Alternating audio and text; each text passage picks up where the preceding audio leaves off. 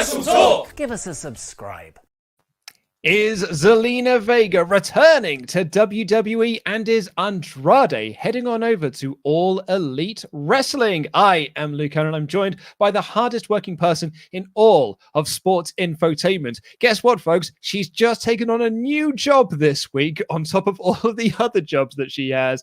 Denise Salcedo. How's it going, Denise? I felt so bad. I came on today and I was like, Luke, I need to be out of the stream by this time. I got my next job. I got to go. And I snoozed today for like a whole hour. I was supposed to be up at 6. I didn't get out of bed till 7. So I had an hour to get breakfast and to get ready. And I was like, had you woken up earlier, you wouldn't have been rushing to get ready for the show. But made it. Turns out that in 20 minutes, you can flat iron your hair, do your makeup, and at least look like awake.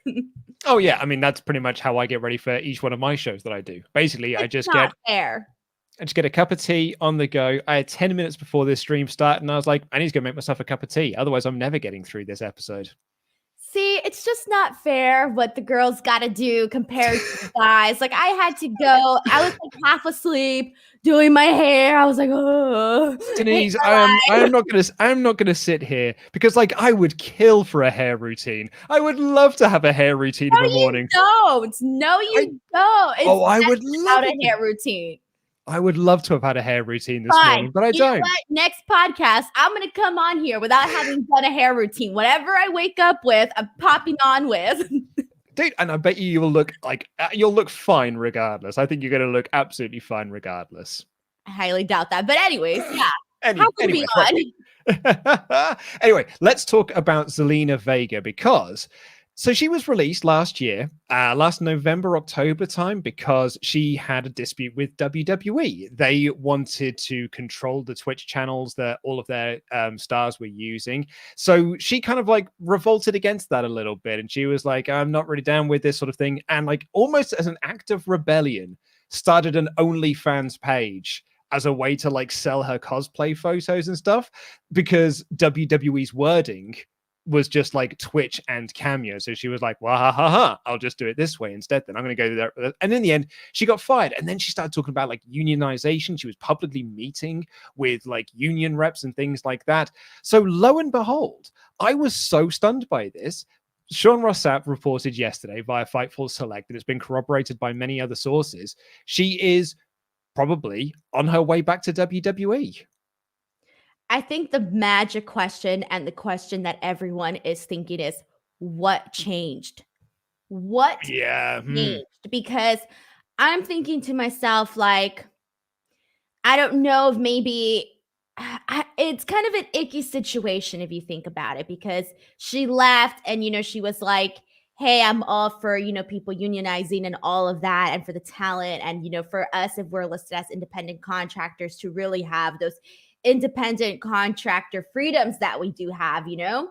And now it's kind of like, well, she's going back. So now you got to ask yourself, did something change on that front in terms of maybe she's either A, not as, just maybe doesn't feel as strongly as she did in the beginning about that, or B, maybe there was some change in WWE, which to me does not feel like something that is a possibility. I don't actually think there was a change in WWE. So it's kind of like I have a feeling that once this all unfolds and there's no changes, I won't be surprised if there's a little bit of like criticism or backlash from people that are like, okay, well, what changed? Yeah. Well, that's it. Like, and I have already seen some people kind of like, you know, have you? Yeah, some people like online, like not like they haven't sent anything to me or like, but I have seen people online being like, you have sort of turned your back on like the, you know, those sort of core beliefs that you had about like unionization, and you left for a reason. Like you almost like you were kind of like the one who stood up to the system, like almost like in a CM Punk style way. Like they wanted you to do this and you said no. AJ Styles shut his down. Cesaro shut his down. Everyone shut theirs down. But Zelina Vega was like, no. And Paige is the other one who was like, no as well. And she is employed, but she's not really featured much on TV anymore. And so I think there are people who have kind of like revolted against her going back. But like, to be honest, if she's happy going back, and like you say, if there's something that has changed and she will like, maybe she can get a deal where like she can also do her Twitch stuff as well, and like her working with WWE isn't going to interfere with that, then that's great. Like I share no ill will towards her like making money and getting work. Yeah, and like you just don't know the situation in terms of like it's not easy to be the person that's like, I'm standing up for this, because when you're the person, whatever the cause may be, you're the person who has to really make those sacrifices. So I think maybe she was even put in this situation where like, yeah, she felt strongly about it, but at the same time, now it cost her employment. And I can't imagine that being something that like you're totally okay with. Because at the end of the day, it's costing you your job, and not just your job, but your dream job in general. That's even grander. So it's like, I don't know. I feel like she probably wasn't put in like an easy situation, and who knows like what, she felt whenever they circled back with her and were like, hey, let's do this. Let's have you come down. And I'm sure there's so much more that goes into these types of decisions. Yeah. And like the other thing we don't know as well is like, what's the nature of her going back to, because like she's been filmed walking into the performance center, and she was there with Simone Johnson, who is the daughter of The Rock. And I've seen a few people as well speculate that maybe she's just there to do stuff for the video game, because she was the stand-in for AJ Lee when they did the Fighting With My Family movie for Paige. So like maybe there's just something that like she's not heading back to WWE, she's just there to do some work, and that work happens to be taking place at the performance center. So that's one theory I have seen online, but according to like Sean, and Meltzer was in the Observer today saying like others in the company, this is a direct quote, others in the company believe she is on the verge of returning. So here's the thing too. I feel like she has to be also, because if you think about it, it's like, let's say a company releases you. Are you really going to go back to fill in just for this little thing? Like, I'm not. If WrestleTalk's like, peace, Denise, and then they're like, hey, come do this, I'll be like, screw you, peace, Like, we couldn't even get you on Quizzle. We couldn't even get you on Quizzlemania this week. Sorry, no Quizzlemania this week. Y'all let me go. I'm gone. Peace. Unless you call me back. It's kind of like that. Like, think about it. Like, I mean, maybe I'm too proud or what. But I would just feel that way. Like, unless there's a possibility of me actually getting a full-time job out of this, I'm not just gonna be like, hey, I'm just gonna show up and do your little, do you a favor. Mm-hmm. The other is like, I found this quite interesting. This was also in the Observer. I don't know if you've read this yet, but so according to Meltzer, Zelina Vega, or Thea Trinidad, was contacted by AEW, but she said she was under contract, a short-term contract, but didn't say who it was with. The implication being that it may not have been someone in wrestling, and left things open-ending as far as interest down the line. So yeah, apparently she was also in talks with AEW at one point. Yeah, and I feel like I had seen that at some point, but I remember Dave talking about the fact that she had gotten a short-term contract elsewhere, but that alluded to the fact that it wasn't anything wrestling related. And part of me was actually waiting for that announcement. I think that's more of the lines of, I was wondering like, oh, okay, maybe she's going to announce, I don't know, a movie, a TV role at some point soon. And I was curious about like what that could be. And the only thing that I could think of that was like a short-term deal could be like some sort of, whether it be like some sort of modeling gig or whatever the short-term gig could be. But I think I was expecting more of that. And even I was also expecting to see her on AEW. And I know that's such a generic thought, and everybody was probably thinking the exact same thing, but your brain can't help but to go that direction. And I remember like recently too, like this week, I was still talking about like who would probably be Jade Cargill's manager. And I know a lot of people, and myself included, were like, oh, it's probably going to be Thea. Now I switched, but I'm thinking to myself like, man, like this came pretty quick and kind of out of nowhere. I really was expecting her to go to a different direction, especially considering how everything ended. But then I also remember watching her Twitch stream right after she got released, and she was like pretty she was devastated. She was emotional about it, and she put it out there. And it's like you just don't know how she was feeling. Like, yeah, like people were seeing her as like this hero, but with hero comes a price. Well, there's also the other argument as well, or the other possible theory is that she is returning to WWE, but she's not going to Raw or SmackDown. She's going to NXT, and like in NXT, there might be slightly different rules. I believe like Adam Cole, I think, still does some stuff on Twitch because like NXT's rules about like what you can and cannot do outside of these four walls, the Performance Center, is slightly different to what the main roster contract is. So maybe it is a case of just like, well, yeah, like I'll go back to WWE, but I'm going to work in NXT because I still want to be able to do this, that, and the other.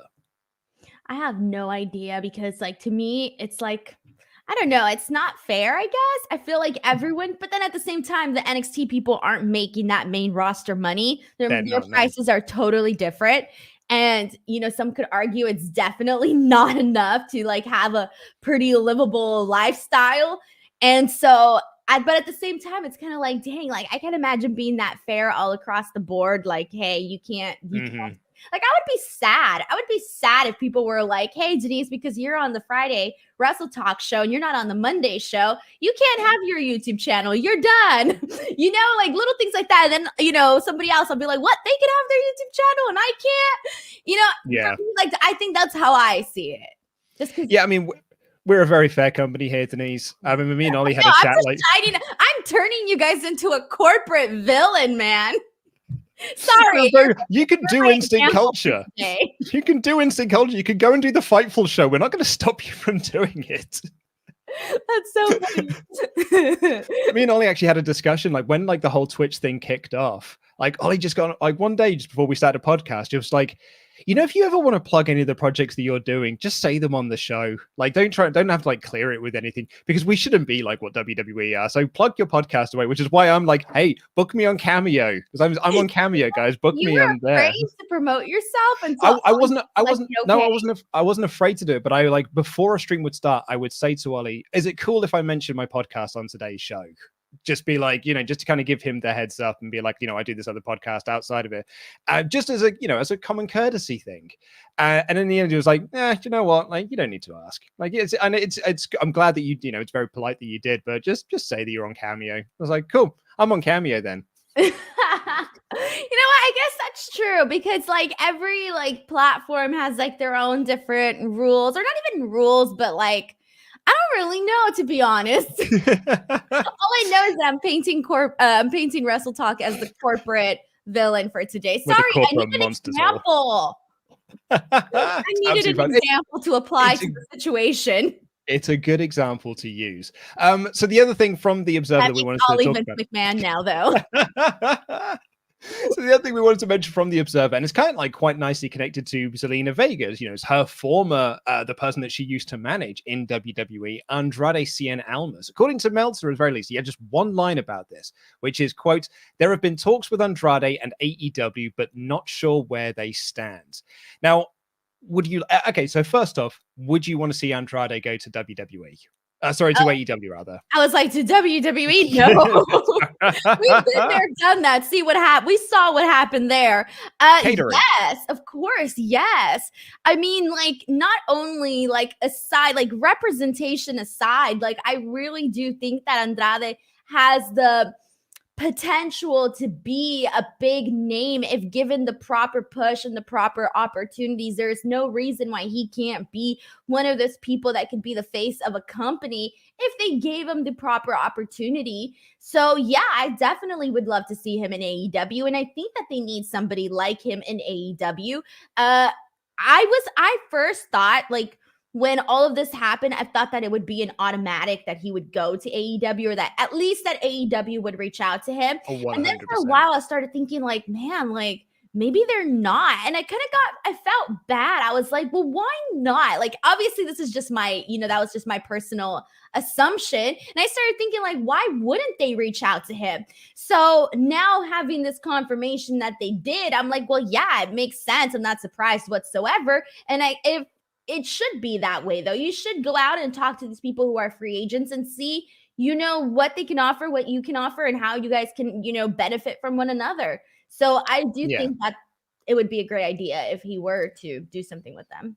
And one of our moderators has just pointed out there's like, Andrade is teased going back to AAA, and AAA have a relationship with AEW. Kenny is their top champion at the moment. So and he has challenged Kenny for that title for Triple Mania. So it kind of already makes sense that the two parties, well, at the very least, Tony Khan or whoever it is would have said to Andrade is hey, do you also want to come in and maybe you don't have to sign with us, but certainly do some shows with us? Because one of the things I've seen a lot of people criticize about AEW is that they are almost too overloaded with talent.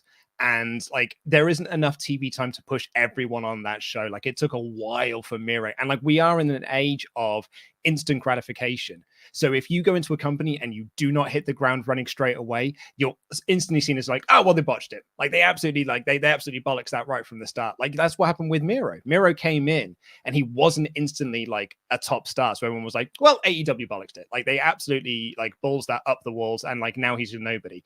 And I agree. I don't think they had the greatest start with him, but I think that they have sort of shown that they can do that again. Can turn that ship around. Because I thought his last few months have been great.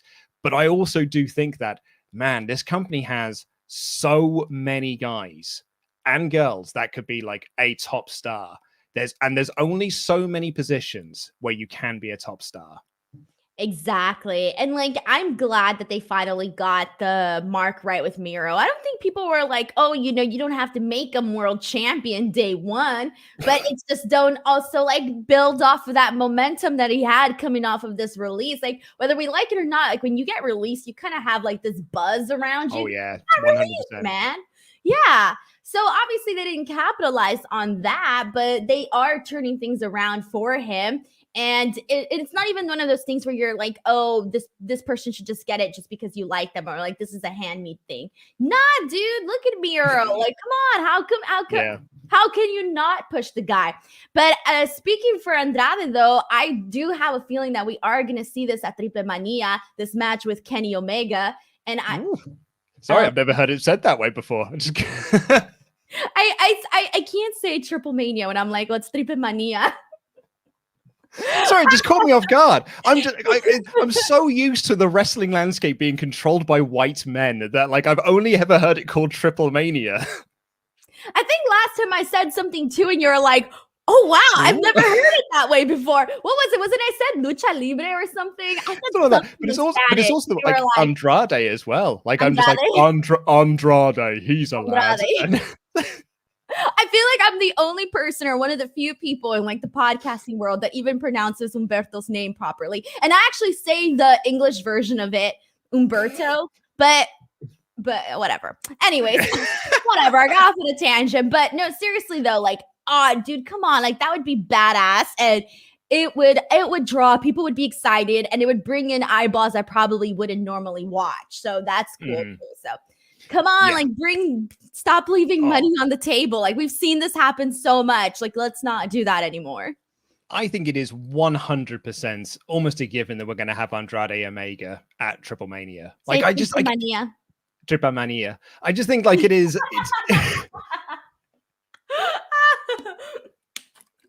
I think it's Thank you very much. I think it's almost a given that we're it feels as soon as you play that promo of Andrade being oh, hey, I'm challenging you for this match. If you then don't deliver on that match, what was the point of the video package, right? Right.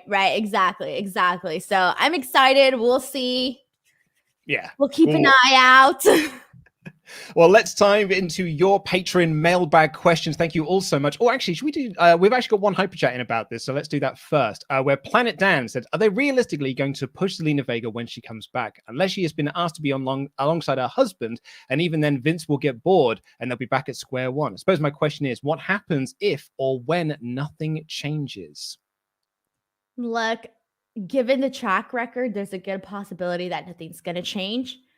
Again, we do not know if there was some sort, if she is to come back, we don't know what agreements were made, or again, if maybe she was just willing to say, you know what, I'll leave my Twitch, is she still doing OnlyFans up until this?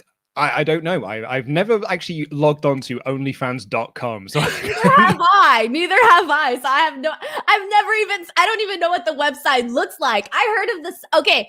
While back, I had posted that I had just even heard of OnlyFans. apparently, like, after I don't even know how long the platform existed, and people were like, WTF, like, how the hell did you just hear about OnlyFans? And I'm like, well, I'm sorry. Like, chances are I'm not like a dude like creeping up on some chick. Like, I hate to be stereotypical, but we all knew that's what it is. So I was like, what? I'm not sure they're creeping up. I'm not sure they're creeping up. Like, well, then what are you doing? Paying for a service, I guess. Okay, well, for example, I'm a little bit. For example, every month I drop $10 to Dave Meltzer for The Observer. I don't think I'm creeping up on Meltzer because I'm giving him $10 to read The Observer. But he's not showing you like. Well, you need to get you're getting audio. You're not getting the happy. Well, like you're not getting to see, you know, the happy emojis. Okay, it's a different thing, all right? I don't know, man. How am I supposed to know this? All right, I'm moving on from that. Wrestling Talk Sign Guy says, personally, I think anyone who criticized WWE for controlling their talent's media has to either criticize Zelina for selling out her morals if she goes back or call her a hypocrite. Either way, either what they're doing is okay or she's complicit in perpetrating it.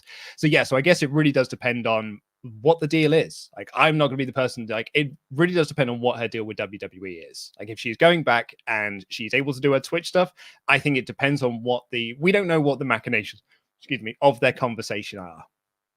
Now, see, there's just too many angles to take from this, because it's like, at the same time, it's like part of supporting that. It's not just for one person. It'd have to be for everybody for it to be like a win, right? Yeah. So at the same time, it's like, oh, like, I don't know. It's I know people are going to criticize, and I can already see the arguments that people are going to bring to the table. Yeah. Also, I'm just going to back up what Sean said here. It was like, well, you know, Dave Meltzer is in shape. And you're not wrong. He's in good shape. And lastly, but you know what? Go get yourself an OnlyFans page, and let's see what you can be rating whatever you see on there. 1 star, 2 stars, 3 stars. That's what my OnlyFans page is. It's me rating matches. Yeah, there you go. Hey, I think some people would pay for that. You know, yeah, sure. Go for it. I mean, in fairness, like the last chat I'll read for now is from Poet the Poet's Poet, who says, thanks for the cameo, Luke. My lady partner enjoyed your singing and was excited when she showed my mother, who said that it was that you have a better shaped head than I have. What? Yeah. Oh, it's because I did a cameo for someone yesterday, and they showed it to their wife, and they enjoyed it because I sang their happy birthday. But what about your head, though? I don't get it. Apparently, I've got a better shaped head than the person who requested the cameo. That's interesting. You know, now that I look at your head, it is a very nice shape. It seems pretty. Oh, thanks. Good angles, you know. I think you were sculpted from the gods, you know. All right, Denise, come on. This guy, he's got the perfect shaped head. They're gonna make Greek statues out of him. Well, it's very much appreciated. Literally, in 500 years, people are gonna go back and they're gonna dig up the bones of people, and they're gonna be like, we need to find the perfect head, and you're gonna be selected, and you're gonna end up in some museum, and then they're gonna ship your head to Mars to make sure to save it for future populations. Incredibly flattering of you to say. I rejected shaving my head for many years because I was like, I've got a weird shaped head. It'll look really weird if I shave my hair off. It actually looks fine. I was all right. I don't know what I was so afraid of. Anyway, let's dive into your Patreon mailbag questions. If you want to submit a question to the mailbag, all you've got to do is become one of our awesome pledge hammers on Patreon at any dollar amount, and leave a comment in the community tab labeled mailbag. Do not email me. I will just lose it. Bad at my job. Michael is kicking things off this week, saying, what is the most disappointing match you can remember? Matches that were supposed to be dream matches that people had high hopes for, but ended up being disappointed. Mine is Michaels versus Edge at the Rumble 05.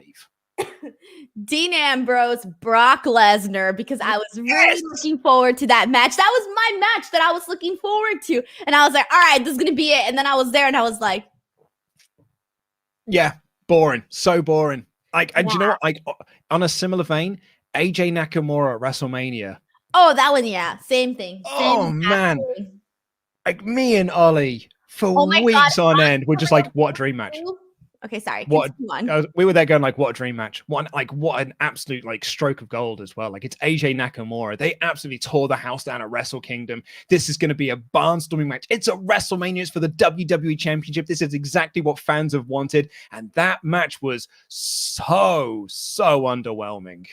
I think, and all their matches continued to be under. Oh, I know. None of them were good. No, so disappointing. No. Yeah, I second you on that one. And then, like, I mentioned the recent one between Asuka and Rhea Ripley because I thought that was really good. Oh, that was bad. Yeah, I was forcing myself to want to like it. I was like, force yourself to like it. I couldn't. Peter Mullins said, hey guys, recently the Ask Reddit page had a great discussion about what are the most obscure facts that you know. It got me wondering, as wrestling journalists, I'm not a journalist, what are the most obscure, ridiculous wrestling facts that you know that you don't think the other person would? Okay, so I got one. Okay. Yeah. This is so stupid. Okay. This is like really stupid. But this was like, I was like a kid, okay, and I used to get the WWE magazines, right? And there was a section where they would do like questionnaires, and they were very inappropriate, by the way. Like, I know some things because I read it off that magazine where I was like, why the hell was I reading about this as a kid? Like, what the hell? There was one, I forgot what the question was, but it was to Kevin Nash. And they asked him for advice, I think like on traveling or something that he had learned from his travels. And in there, he said in the magazine, and this always stuck with me, was never pee in the shower because you don't know if the drain is actually going to work. And that is my obscure fact. I read it in a magazine years ago, and it stayed with me for the rest of my life. Okay.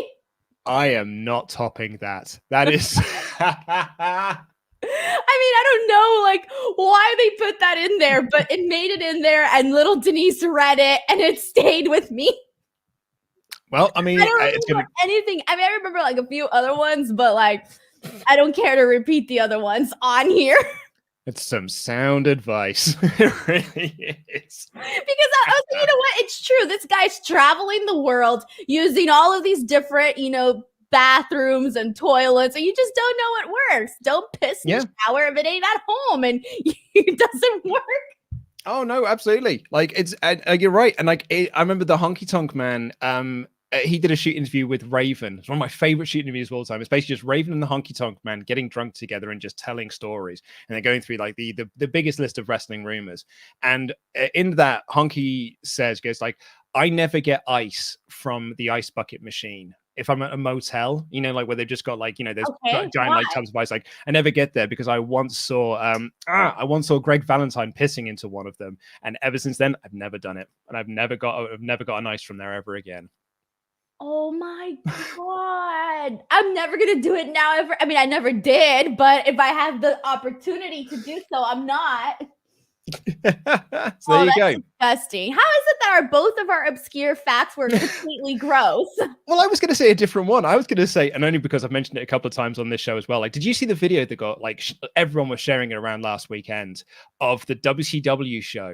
It was called like Beach Brawl, and it was basically just like it was a one-match card, and they had a battle royal, and it was like a ring right by the beach, and Raven was doing commentary for it, but it was soundtracked by Fear Factory playing Edge Crusher, which is this amazing new metal track, and like this industrial metal, and like break up the Edge Crusher while they're having this, and it comes down to like Jericho and Rey Mysterio, and they're having this match while Fear Factory are playing this banging tune, and I was like, this is the greatest video I've ever seen in my life. Like, I didn't see it. Like when people say like if you could go to one wrestling show, like if you could go back in time, go to one wrestling show, that's now my new answer. I want to go to that event. I want to go and watch Raven provide commentary while Jericho and Rey Mysterio are doing a battle royal while Fear Factory are playing Edge Crusher. That's what I want to go do. That sounds like your ultimate dream. I feel that sounds about right. That hits the mark there. But I don't know if that would be considered an obscure fact. No, it's not, because a lot of people saw it. It's my new one because it's my new favorite thing in the world. In fact, I'm going to go watch that video after this. Aaron said, can we have Wrestle League bonus points for how many times the 24/7 championship will change hands during the Priest Lumberjack match? Well, that will all depend. on whether or not Truth is part of the Lumberjacks. Where has R-Truth been? Yeah, that's true. Where has he been? I haven't even thought about him in a while. Yeah, I have no idea. Doomline. Now, Doomline, I'm going to apologize in advance here because I didn't quite fully understand what it was you were getting at. Because it's less of a question, it's more of a statement side of things. And I wasn't quite sure where you were sort of going with this, but it was like I'll read sort of the start of it, so you might be able to get kind of an idea. But he says, "Hey guys, love the work in the shows, but one thing I do have to say: the current wokeness believe everyone all the time, except for a male thing. It's starting to turn me off wrestling." I've had several comments. I've heard several comments on this show that people still don't want to see Velveteen. Or people want to see Velveteen Dream fired, and it's hard to see Mike Tyson on Dynamite. And he kind of talks about Mike Tyson was convicted, but it was just kind of And he's like, but then I couldn't quite figure out what you meant by the Velveteen Dream thing. So I'm going to apologize, Doomline, but I didn't quite understand what you meant. Also, I don't. And maybe there's, it might get me some heat from YouTube comments from certainly, but I don't see woke as a bad thing. It basically, if in the end of the day, it basically just means you care about what other people feel. I don't think that's a bad thing. Too, it's more of there's a double standard because it's like if you criticize one person for something, you have to criticize the other person for equally the exact same thing, and that's true. Mike Tyson, from what I know, because didn't know much about him. I actually recently found out. I literally do not know anything about Mike Tyson. Oh wow! I just know him he's just the celebrities that you just know. I actually found out that he had been convicted about, I think he raped a girl, or I don't know exactly. But I just found out about that this month, actually. I'm not even kidding you. Yeah, my fiance told me because we were actually having this discussion about people being too hard on some people and not being hard enough on other people. And so I was like, Mike Tyson did what? I had no idea. So I was like, yeah, I wasn't now that for me, that does obviously not sit well with me whatsoever. And I'm not going to be rooting for the guy at any point in time. So that was something that I just found out. But I do see that correlation where sometimes you'll let things slide if they're your favorites or something, because I can think of a couple more people that are oh, well, they're a favorite, so we're going to let it slide. And, you'll get the occasional Twitter comments, but for the most part, you're I'm going to let it slide or whatever. So I do see that. So I do get this person's point. However, I can't get on the side of this Velveteen Dream stuff. I'm sorry. It's got to go. He's got to go. In the nicest way possible, bro. Where there's smoke, there's fire. So oh yeah, the internal investigation. Yeah, peace. Like I said, peace. All right. They're making it seem oh yeah, any person can just get accused of being with little boys or grooming little boys. Nah, bro, that doesn't just happen. Okay. Where there's smoke, there's fire. Marcus Sol Campbell said, with AEW and WWE starting to have fans back full-time in the near future, when do you think Impact will start having fans for pay-per-views and tapings? It depends. I suppose when Texas say it's cool. Are they filming in Texas at the moment? Where are they filming at the moment? I thought they were filming in it's in Canada, aren't they? Why did I say Texas? No, I don't know. Well, it depends on where they're filming, and the place they're filming said that it's cool. In Florida, I think they've just lifted all restrictions, so it is really? that's why. Well, I'm pretty sure. I think that's why Daly's place is allowed to have the full capacity for Double or Nothing. Oh shoot! I didn't even realize that. I'm a little bit. It is Nashville. Nashville. I was gonna say Nashville, but then when you said Texas, I was like, well, maybe it's not Nashville. And I Nashville's in Texas, right? Places. So I was like, I better not say anything. Okay. Well, also, oh man, I didn't realize that. And things are pretty crazy here because they officially announced yesterday that if you're fully vaccinated, you can actually go without your mask indoors and outdoors.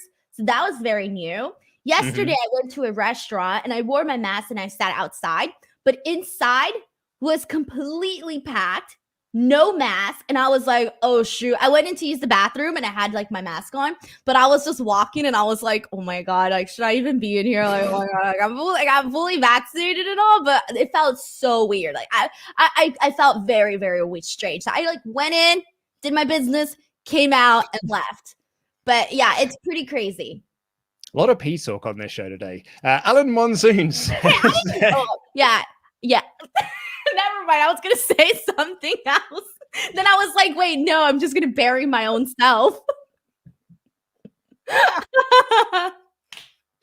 Alan Montagne. Yesterday, hold on, fun fact. Sorry.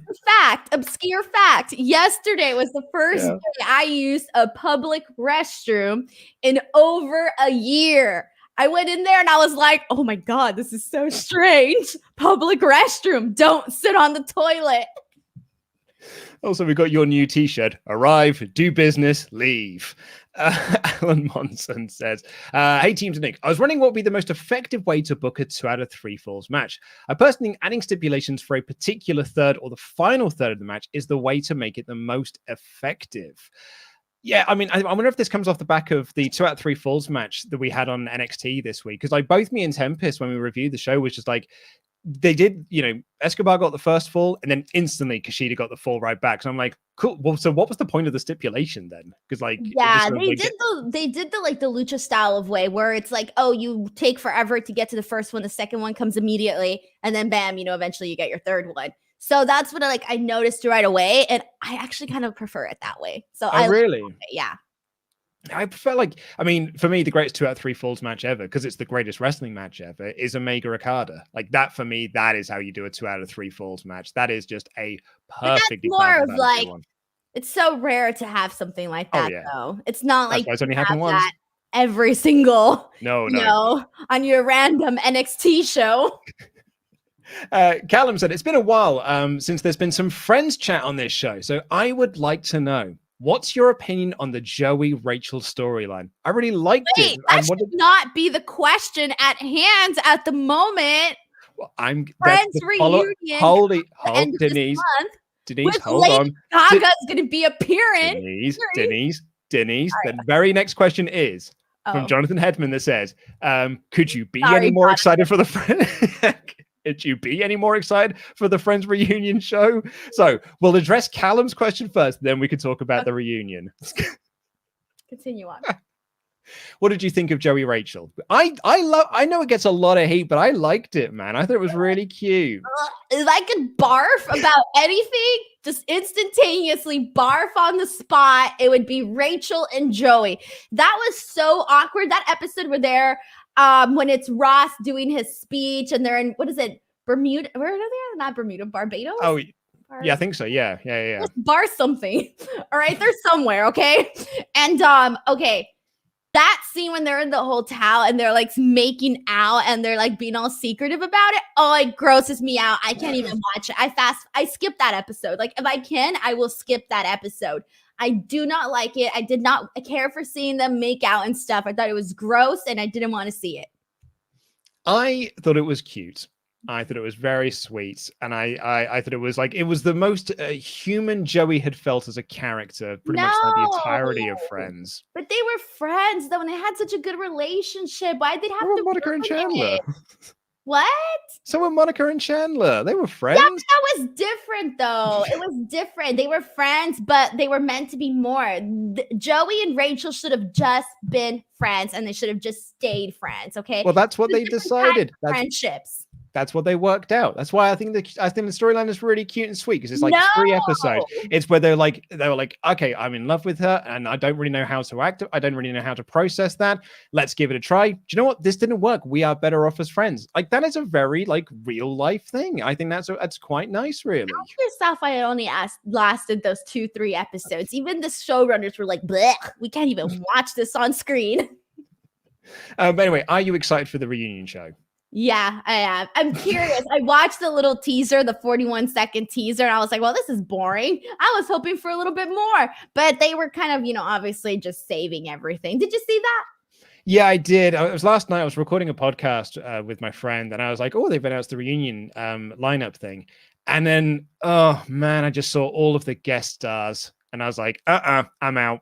I'm done. Wait, what's the guest list again? I'm trying to remember. I was like, it's like David Beckham and it's James Corden and it's Lady Gaga and it's BTS and it's a load of other people. And I'm like, the only guest stars that I'm interested in, Elliot Gould, Reese Witherspoon, and Tom Selleck. Like those are 3. Do you know why I'm interested in those? Because they're characters from the show. I have no interest in seeing James Corden on that show. I have no interest in David Beckham being there.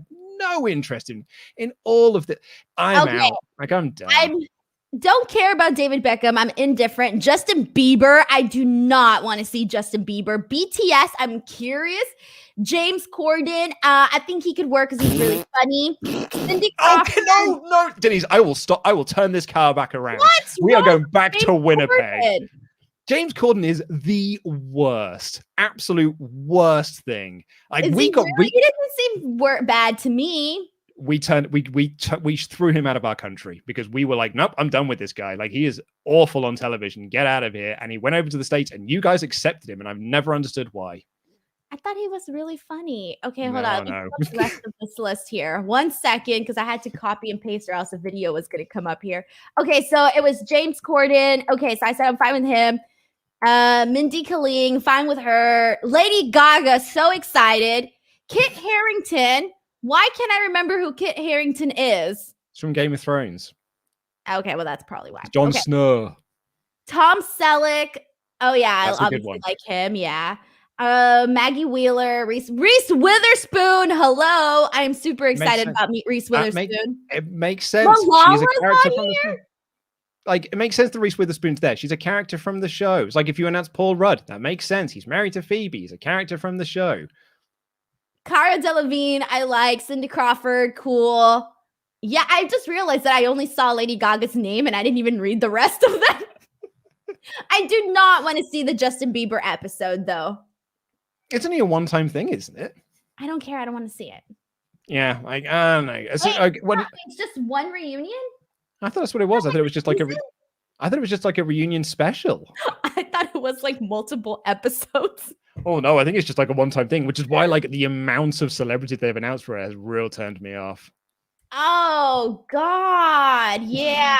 It kind of seems to me like it's going to be more just to get like to pop a rating and to also get a bunch of publicity. Like, oh, here's a shot of Justin Bieber on Friends. Yeah, not interested. I think they're going to take a lot of the focus away from the story because if usually like a reunion special is like 2 hours tops, maybe. Maybe, I have no idea. It's on HBO Max, so I think it's going to get a fair amount of time. Or maybe they could do like I don't really know what it is. I thought it was like a limited series type of thing. I have no idea. Wesley says, I was watching NXT and got to wondering, what are some wrestling finishes you just cannot get behind? For me, it's a tie between Judas Effect and Karrion Kross's forearm to the back of the head. Rather dangerous moves that if performed at full power can be very bad for the person getting them. I don't think there's any move that I can't get behind. Yeah, I don't think so. Like, the only one I can think of is MVP's Playmaker thing that he used to do, just because it looks like it has zero impact on anyone. Like, that's all. Like, you just gently land on your back, and it doesn't look like a finisher. That's it. Yeah, I don't think I feel anything about any move that way, actually. Man, I cannot believe everyone is on side of James Corden. Huh. See, he's funny. Apparently, I'm in the minority here, but like everyone in the UK does not like James Corden. Really? Maybe it's like everyone. Your own people turn on you. That's just me. Everyone here is just like, man, that guy's not funny. Like, unless you like Gavin and Stacey, I guess. But yeah, I think he's. He did a video with Billie Eilish where he was like at her house, and then like she gave him his tarantula, and he was holding her tarantula, and he was like legit freaking the hell out. Oh man, I was like crying in that video. All I'm going to tell you is that, like, here in Britain, every time we see James Corden on something, everyone will just ask, like, why is he still on stage? Like, why is he keeps putting into things? Like, he's how many people work there? Famous than ever, I feel. Like, his karaoke's are, like, every, like, stan, like, whatever fandom you subscribe to are like, oh, my God, please, like, let my favorite artist, like, please appear on the Carpool Karaoke. Yeah. Sam Flynn has served James Corden food once. He was a prick. That's what I've heard too. That's the other thing as well. Apparently, he's not a nice person. Dwayne the Gronk Johnson said, we all know Denise's controversial condiment choices for pizza or pizza, but what are your guys' thoughts on pineapple on pizza? I don't mind it, man. Come on, Luke. Come on, it's fine. No, that's disgusting. It's fine. No, it's I wouldn't pick it. No, ew. I wouldn't pick it myself because I'm a straight margarita kind of guy, but like, it's fine. No, I had like one time all they ordered at my house was pineapple pizza because my uncle likes it. And I got it and I was like, oh man. So he was like, oh, just pick them out. So I did. I picked them out. Ooh, I tried eating it, but the flavor and the smell was still there. I was like, ooh. It was gross. Max says, I found myself going full circle on Orange Cassidy. First, I thought the gimmick was dumb. Then he started to grow on me. Eventually, I liked him. Now, however, I'm starting to get tired of him doing the same shtick. I don't see where the character goes as time progresses. I'm aware that most people still like the gimmick and it has legs, but we know from the likes of Jericho and Taker that you have to change and grow to stay relevant. How do you think this character can evolve over time? Also, looking forward to the next Cinemania. We will be having Cinemania return again very soon because cinemas are reopening. So we're going to be doing Cinemania probably not this month, but we may do the first one, may have it back in June. How exciting. Oh, I had my answer and then I lost it. Hold on. Okay, wait, what were we talking about again? Orange Cassidy. Okay, yeah. Okay, so actually with Orange Cassidy, it's not necessarily the character. I think it's more of sometimes how they work the character. Like, I hated that whole thing with him and Kenny Omega just like 2 weeks ago, or however many weeks ago. Yeah, a week or two ago. It was 2 weeks ago. And I hated that. I thought that Orange Cassidy looked so dumb in that because he didn't say anything. Kenny Omega took his glasses. I found that very insulting. And I just kind of felt like, all right, like if you're going to have this like chill attitude and all of that, that's cool and all, but do something. Yeah. At the end of the day, you still got to stand up for yourself, whether or not this is who you are. I didn't like it. I don't know. It wasn't great last week, I guess. And they had a real unfortunate time with the finish of this week, same where he got knocked out. And I give them quite a lot of credit. I said this on the show yesterday. I didn't realize it was a changed finish. Like I thought it was the planned thing. So I thought they did a really smooth process to kind of like get around that. So I was really impressed by it. The Cassidy thing I think is interesting because I agree with I'm sorry, I'm going to get your name wrong there. I agree with what Max said actually, is that, yeah, you're right. Like Jericho and Taker have shown that you do need to evolve your character over time. What I would say though is that you don't need to evolve the Cassidy character yet because it's still over. Like when it gets to the point where it is like no longer over and no one's reacting to the shtick, that's when it's time to change it up. But as it currently stands, people still love it. Like he still is a ratings draw. He still like pops the crowd. So now is not the time to be changing it. Yeah, he reminds me of my little cousins. They look exactly like Orange Cassidy and they act like Orange Cassidy. So I could totally see him appealing like that type of fan. Well, my cousins aren't fans, but if they were to watch, I feel like they would be interested in Orange Cassidy. Yeah, I was wearing an Orange Cassidy t-shirt when I was at my parents' house a few weeks back because we were allowed to go and see them. And my brother was also there. And he was asking about my t-shirt. And I explained Orange Cassidy and I explained the gimmick to him. And he was laughing as I was saying it. And he's not a wrestling fan. But he was like, he goes, actually, that sounds really funny. And then I showed him a clip of it and he was like, yeah, that is really, really funny. It doesn't make him want to watch wrestling, but he did think it was funny at the very least. So it's got wide appeal. I guess is the way to put it, because it's comedy and comedy does have wide appeal. Lorenzo says, I just graduated wrestling school from the House of Truth with Truth Martini in January. I debuted on the Indies this year. It's been a ton of fun transitioning from a fan to a worker and still being a fan. I've got a YouTube gimmick as I am a YouTuber. Go and subscribe to my YouTube channel, King Forever Young. And my question is, I have permission to host a Quizzlemania style game show on my YouTube channel with some other local indie wrestlers? I won't call it Quizzlemania, and I'll credit you guys for the idea. Now, I'm going to tell you this, Lorenzo. We did not invent quiz shows. If you want to do a wrestling-based trivia show, like you don't have to ask us to do it. We've stolen the idea from other people. If you want to do a wrestling-based trivia game show, we do not own that patent. So absolutely go ahead, and I look forward to seeing it. So, but thank you for asking. Just be a gatekeeper and be like, nah, bro, you can't do it. Nope, no. Absolutely not. Nope. It's us. We invented answer questions. We are the original quiz shows that. Family Feud and all of those shows. I was going to say, yeah, that's what I was going to say. Like a lot of the rounds from Quizzlemania are stolen from other quiz shows. So funny.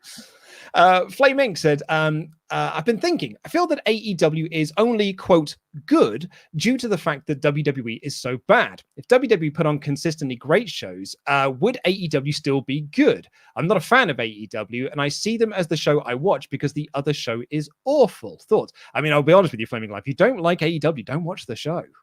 Otherwise, you're wasting 2 hours of your time. Just go and do. Yeah. You can go and do something. I do this because it's my job. But if I didn't have to, I wouldn't have done. I wouldn't watch all of the shows that I watch because I would do something else. But I also don't agree with this idea that AEW is only good because WWE is bad. I don't buy it. I think AEW is good. I enjoy AEW because I think it's a great show. But I don't like hate WWE because I think WWE is a bad show. I just think the Raw's a bad show. And like this week's NXT was banging. It was a great show. But like NXT being a great show didn't make AEW a bad show. Exactly. I agree with you. I feel like no, if AEW is good, they're good on their own without the comparison. If WWE is good on their own, they're good on their own. If they're bad, and vice versa. Mark Jones, somewhat of a quick question this week. I was watching a series that the WWE Network do with their list of the greatest women superstars, and got me thinking. We often talk about the Mount Rushmore of wrestling. My question is, if you could make a Mount Rushmore of women's wrestling, who would you have on there? My personal one would be China. Yep. For sure. I know Trish Stratus has to go on there, but I was never really a big Trish Stratus fan, though. Like, as a kid growing up, I was a Lita fan. I was a mark for both of them. I really was. But I was more of a Lita mark than I was a Trish mark. But like now when I go back and watch old shows and I see Trish there and I'm like, man, what a star. An absolute star. And like so admirable as well because she came in from like the, you know, the background that she had, but she was like wanted to learn. A lot of the women that came in didn't want to learn. They just wanted to collect the paycheck. But she's like, no, I want to learn. I want to do this and I want to do the work and everything. And that like really paid off for her. Yes, I feel like she has to be on there. So I'd go with China, Lita, Trish. And for my fourth, I'm going to add Becky Lynch. I am going to have Gail Kim on mine because I think that she is like, she was the women's revolution before there was the women's revolution in WWE, like the stuff that she was doing. And like, yeah, there's a lot of women you could credit that to in TNA, like Awesome Kong, like the Beautiful People and things like that. The Beautiful People like were legit ratings draws. They were outdrawing the men on that show. But I think that Gail Kim was like she was the figurehead of that division. And she was the person who really drove forward that change in TNA. And like, 10 years before WWE realized that women's wrestling could make money, TNA were doing it. And I think that is down to Gail Kim. So Gail Kim would definitely be on mine. That's a good one. Who else are you putting? China, I would definitely put on my list. I think I don't think you could argue it's hard because there's two of them, but probably the Bella Twins have got to be because they are stars that were also reality TV stars that were bringing in a new audience of wrestling fans who watched wrestling just to see them. So I think that while I might not be a huge fan of their work and I don't watch their reality TV show, I don't think you can argue the success that the Bella Twins have had and have brought in for WWE. That is pretty true. I mean, I know a lot of people know who they are, obviously, and they're big entrepreneurs and all of that. So you gotta respect them for that. Exactly. Yeah. So my personal, probably not, but I think looking at a business as a whole, but also there's when you do the Mount Rushmore and you've only got 4 names that you can pick. There's loads of names Bull Nakano. We haven't mentioned Aja Kong. There's loads of names that could and should be on that list. But when you've only got 4, it's very, very difficult to whittle down. Alex Kirkman, unfortunately, Alex, I'm going to skip your question because it's about. So I don't know if you've seen, there's a news story going around at the moment, the quote, the real reason why Bray Wyatt is not on TV at the moment. I haven't seen this actually. What's going on? Oh, it's not I saw some people talking about it, and I saw Alex question this morning, and then I saw someone tweeting out being guys, I would check the source first before you start talking about the Bray Wyatt situation. And then I did check that source. Come from somebody unreliable?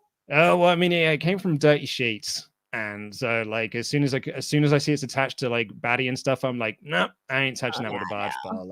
No, absolutely not. So and it's not to bring it up. Okay. Exactly. Yeah. So I was no, I ain't touching that. So I'm unfortunately I will. It. I don't follow certain websites, so I exactly. have and that's it. I think there's a reason why reputable news sources have not been reporting on that news. Yeah. Illy says, my question for you two is, what other great moments in wrestling history were accomplished with nothing more than a great camera angle or a meaningful look? Because they were talking about the Sting Darby Allin moment from Dynamite this week. It's off the top of my head, I think about the mirror spot where Jannetty turns to get revenge on Michaels, and the Keith Lee spot where Balor is in the corner and Lee rises up into the shot like Godzilla from the sea and strangles him. For me, it's McMahon with the lead pipe in the Hogan match at WrestleMania, where he just rises up and he's just got the blood pouring down his face and the sick, evil smile. That is just like you could show that to anyone and be like, you know what his character is, you know exactly who that guy is. I think it's just amazing. I don't know if I have one. I feel like I don't have a specific one though. Like, I think like the Undertaker comes to mind a lot because there was so many times where I thought like, oh, like this is it for this match or whatever, and then it wasn't, and you just see Taker's face like all ugly and stuff, you know. But that's just something that like always, like, I don't know why that was the first person that popped into my head during this.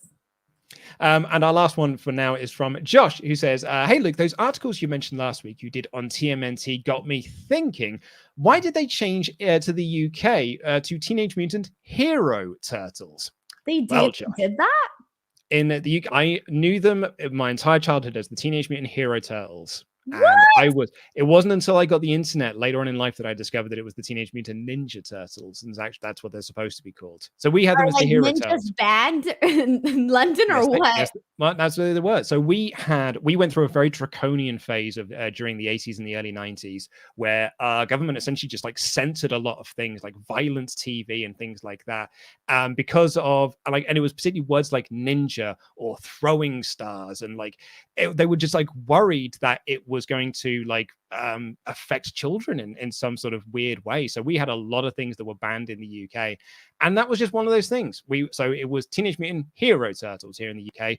Our shows were also edited. Like the movie version of TMNT, the 1990 movie version, the UK cut is heavily edited because they take out a lot of like the weapon strikes on people, and like the ending, if like, so in the actual like ending of the movie where Shredder runs towards Splinter, he sort of like knocks him out and he falls over, right? Like with the nunchucks and stuff.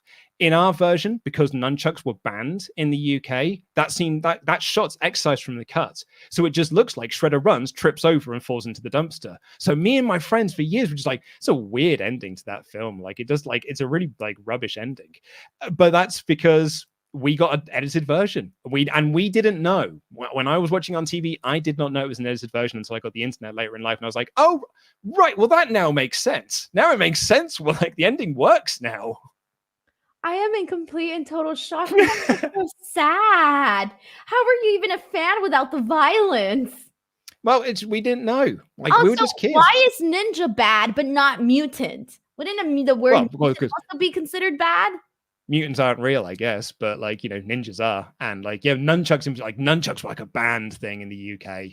It was like a really like sort of taboo thing to be talking about nunchucks and stuff. There was a nunchuck on TV. Like, yeah. It was a weird time. Like, but we had a very draconian society then, like, you know, the video nasties movement where like it was, you know, banned the like newspapers run headlines like banned this sick filth. And we had a very sort of like hardline government that were just like, nope, this is warping the minds of children and we must stop it now. And actually, as it turns out, like it was never really changing anything. Like it was just and fine. Now do they go by now like they're all of it's now the Ninja Turtles. Like the Hero Turtles was really just like that 87 series through to like when that ended. All subsequent Teenage Mutant Ninja Turtle stuff has been called Ninja Turtles. How'd you feel when you found out the truth? Did you feel like betrayed by your like government? I don't.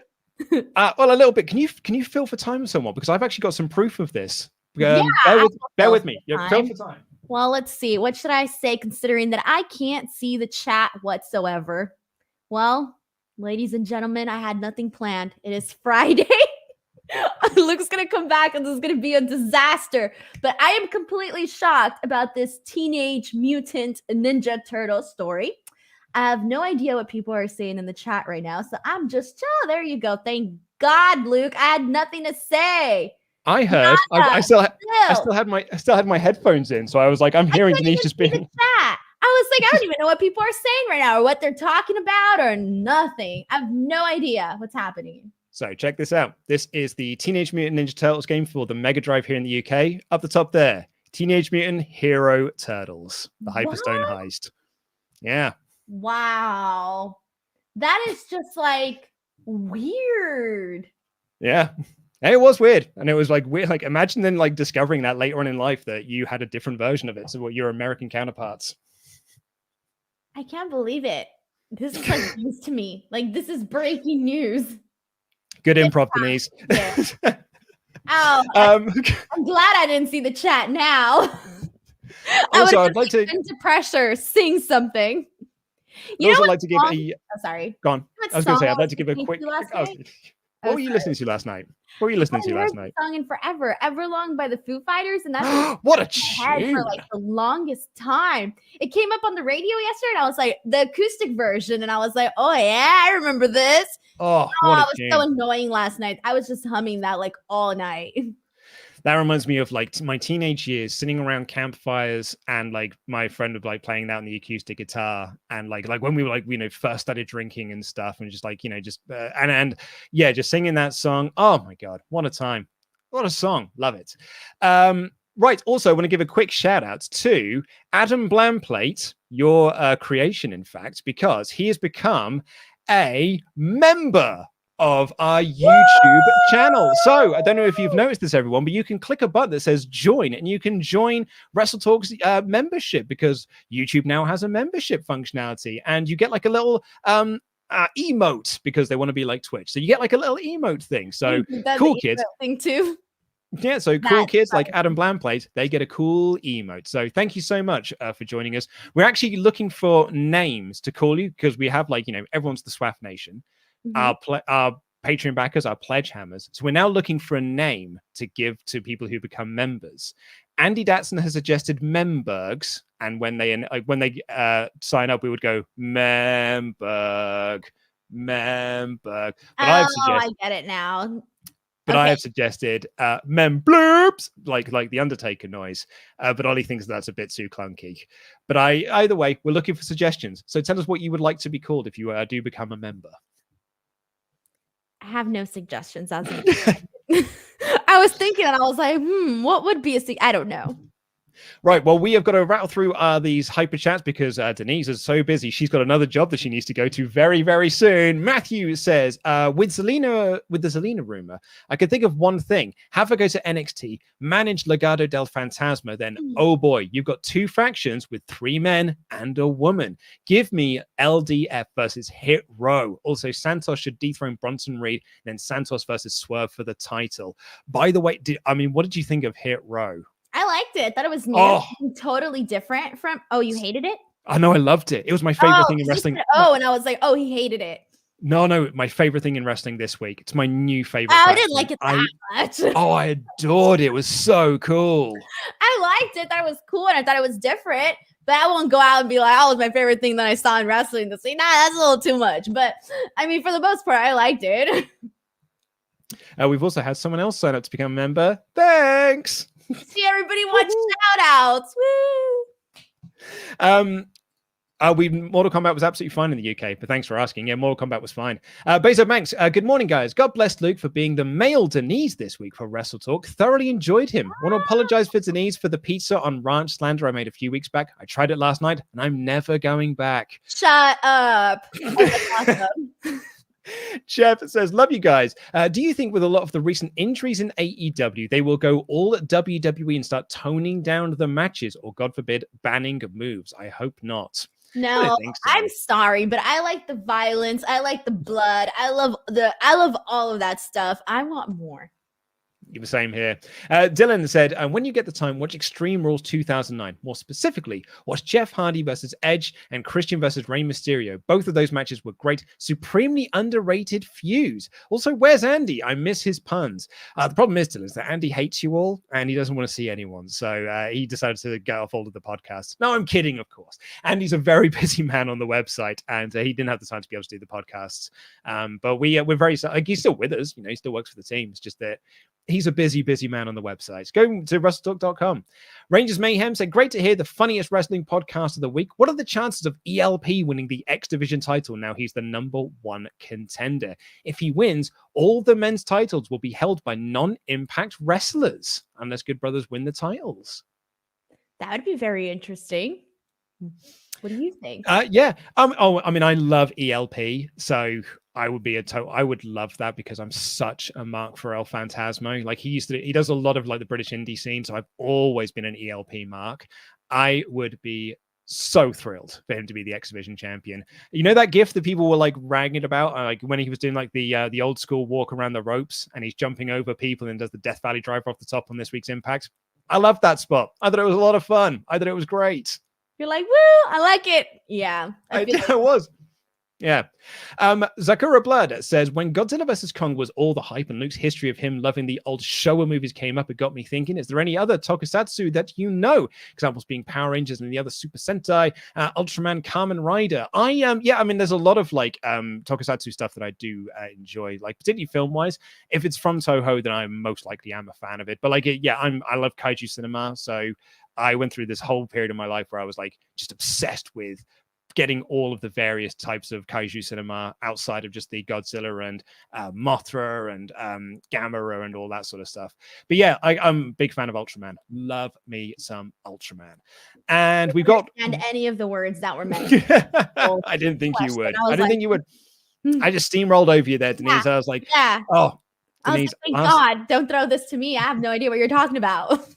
Last week, we were having a big clear out. So I've got rid of pretty much all of my physical media now. And I used to like your DVDs, like DVDs and Blu-rays and stuff. Oh, okay. Like, my gimmick in life used to be that I would spend all of my money on DVDs and Blu-rays. I had like, 1,500 to 2,000 like collection and stuff. Like I absolutely loved it. And I loved them having on display. Over the last years, I have now completely whittled it down to, I think I've got like maybe 80 or 90 left. And I've just like sold like a bunch of them and a whole load of them. Maybe it's more like 150 maybe, but I've whittled it all down. And I had another clear out. Get rid of them. Yeah. I don't see why you would want to still have DVDs taking up space in your house. Well, that's what my wife was asking me last week, because I had another clear out last week when I was getting rid of some more of my my DVDs and stuff. And the ones that I've really kept hold of are stuff that I definitely know will not be available on streaming service, or I've got like an emotional attachment to, or it's stuff that's signed or things like that. So like my Kevin Smith collection is like all signed by him and stuff, and I've got like lots of limited edition stuff. So I'm not selling any of that. But I've got my entire Godzilla collection, and I got it all out, and it's up on my shelf now behind me. And I was showing it to my wife, and I was like, look, it's so cool, because here's my copy of Godzilla vs. Hedorah, the bootleg version that I got, and here's also the Blu-ray version that I got of it. No, and she was like, more cutthroat. You need it on tops 3 collections, and that's it. Done. Everything else is trash. And she was like, why do you need 2 copies of it? And I was like, because I've got the bootleg version. And now I've got a Blu-ray edition of it as well. No, you're being a hoarder, Luke. Don't be a hoarder. I need to keep hold of the bootleg ones. Like, because some of them I've got because it's a different cut. So I've got to have the different versions of it. Watch it and memorize it and then throw it away. I have like 1 DVD, I think. 1. 1 DVD. Everything else has been tossed to the trash where it belongs. Nope, absolutely not. Like I love it. I've got like 3 copies of some of my Godzilla films, because I've got it on like various different things. I've never told you I've got Ghostbusters on like multiple different formats and stuff. Like I've got it 5 times on VHS. I've got like every single Blu-ray release of that film. I'm disappointed in you, Luke. I've got it on Laserdisc. I didn't even have a Laserdisc player. All you have to do is think of the item at question and think to yourself, do I really need this? Do I really watch this like on a multiple basis, like constantly? If the answer is no, then you say, thank you so much for all of the great things you taught me. Thank you for all of the memories. Think of those memories, give it a nice tight hug, and then bam, trash it, get rid of it, make space. What is that lady? She had the Netflix show. That's what you're talking about, right? I hated that show. Oh, I hated that show so much. This lady got a show for doing things that everybody already knows how to do. I was so pissed. I watched that thinking I was going to learn something. I'm like, homegirl, I could have had this show. I do this stuff. I was so pissed. Don't even talk. I watched 1 episode and I was like, nah, screw this lady. I'm out.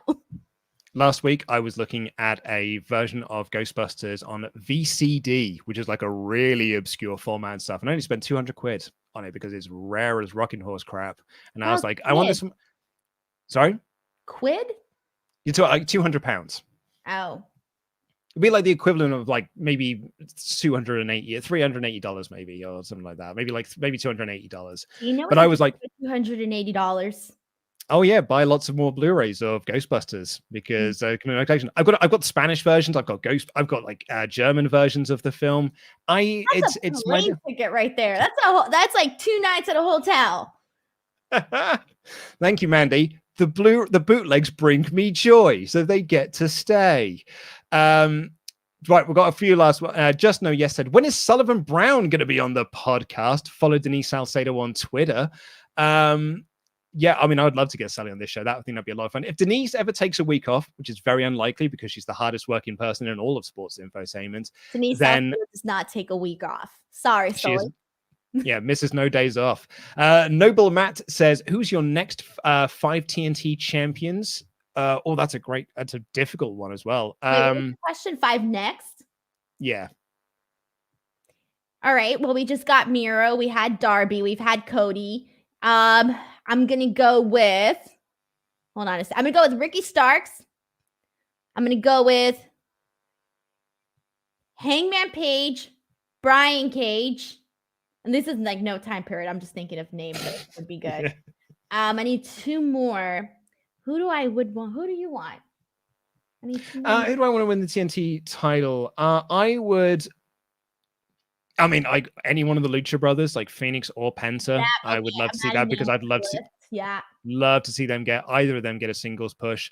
Ricky Starks, I think, is a really good shout. Brian Cage is another good shout as well. I think there's a lot of guys that are in that mid-card era. Like, actually, I'd love to see someone from like John Silver. Love to see John Silver win the belt. Like, that would be so lovely. Like him and Preston Vance as well is another one who I would love to see win that belt. Like Josh has mentioned there, Sammy Guevara is someone. Ethan Page. There's like a load of names I would love to see get that belt. And lastly, Second Class Elite has said, now is the wrong time to reduce your physical media loop. DVDs and Blu-rays are being phased out, so streaming services can control availability. Don't lose copies. Help archivists. Well, I sort of have, because I've given them to people who are like archiving things. Like I've passed it on to another home. Wait, like, you didn't throw it in the trash? God, no, absolutely not. Dude, I had 2,000 DVDs and I'm not just going to throw them away. 2,000 DVDs? Yeah, and Blu-rays. Why? Because that was my thing. I used to buy them a lot. That was my weekend thing. I would get my paychecks. I would go down to HMV or the Virgin Megastore, and I would just buy up a load of DVDs and stuff. I had like a huge collection. Luke, I can't even fit this in my head. I can't imagine it. I can't imagine spending money on DVDs. I just can't. I physically cannot. Like, it hurts me. Like, I'm thinking of how much money you spent on 2,000 DVDs. Yeah, well, that's it. I spent a lot of money on them, but then I've got no room to display them and stuff. And yeah, so I've just got rid of them. I didn't need it. I didn't need all of those DVDs. I wasn't watching them, so they were just like taking up space and stuff. So I passed them on to people who will appreciate them more than I currently was. So I was giving back to people. Like, I think that's a much better way of doing it. But I will not get rid of my Ghostbusters collection. I will not do that. Or my Godzilla collection, for that matter. Okay, there you go. Those are the only 2 you care about. Those are the only 2 you should keep. No, I'm keeping hold of those as well. I've also got all my CDs that I need to get rid of as well. You got CDs? Of course, I've still got CDs. I was born I was grown up in the 90s. Of course, I've got a massive CD collection. Yeah, but it's like you don't need them now. Now you just keep the ones from your top favorite artists, top 3, and then toss the rest. Yeah, but some of them have got so much sentimental value, Denise. Some of them are like limited edition ones. Spotify. Some of them I got signed by, like, when I went to gigs and stuff. Only if they're your favorite artists. If they're not really your favorite artists, then toss it. Man, like, I've got my copy of Slipknot Iowa is signed by all members of Slipknot. Okay, yes, what a great day. That one. Yes, keep that. I'm not saying throw that one away. I'm just saying throw the one from some random band that you probably haven't even heard of in like the last 5 years. Yeah. I mean, I'll be honest with you. They're all at my mum's house. Like, all of my CDs, every single one. You know what you can do with that space? She does often say, be like, are you ever going to take those CDs back? And I'm like, no, Mum, I haven't got any space for them. Like, I haven't got any room for them in my house. That's not fair, Luke. If it was at your house, I'd be like, all right, you know what? You made a decision. I don't agree with your decision, but fine. It's at your mother's house? That is just messed up. I thought you were better than that, Luke. Get them off her hands, please. I feel terrible for your mother. She's got all my old toys as well. I'm going to fly my ass to London and I'm going to throw away your things. I'm going to go to your mom's house. And I would be like, I'm here to save your day. Come on. Where are these damn CDs? That's what's going to go down. Anyway, that is all we've got time for. Oh, yeah, I've got some cassette tapes as well, actually. God, you're killing me here. You're killing me. Who has cassette tapes? Me. I do. I can't. I really cannot. See, Netflix, give me a show here. I will show up to people's homes and I will make them part with things. I would love Mean Marie Kondo. That could be your gimmick.